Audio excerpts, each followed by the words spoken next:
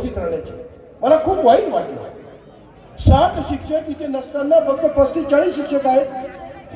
हे मग रजेवर आहेत का? रौंदर साहेब रजेवर पण नाही. मग कुठे आहे? तर म्हटलं कुठेतरी कान्याकोपऱ्याला असतील, काहीतरी असतील. हे चित्र आपण बदललं पाहिजे. शेवटी मित्रांनो, विद्यार्थ्यांना घ्यायचं खूप आहे.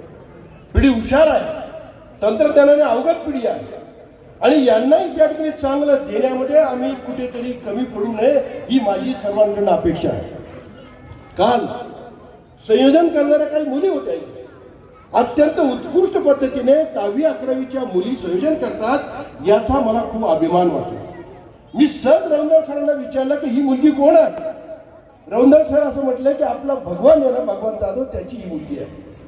किती सुंदर बोलत होती. या मुलीने त्या ठिकाणी जर आपली ही कला हे जर चांगल्या पद्धतीने डेव्हलप केलं तर ती खूप चांगल्या प्रकारची अँकर होऊ शकते.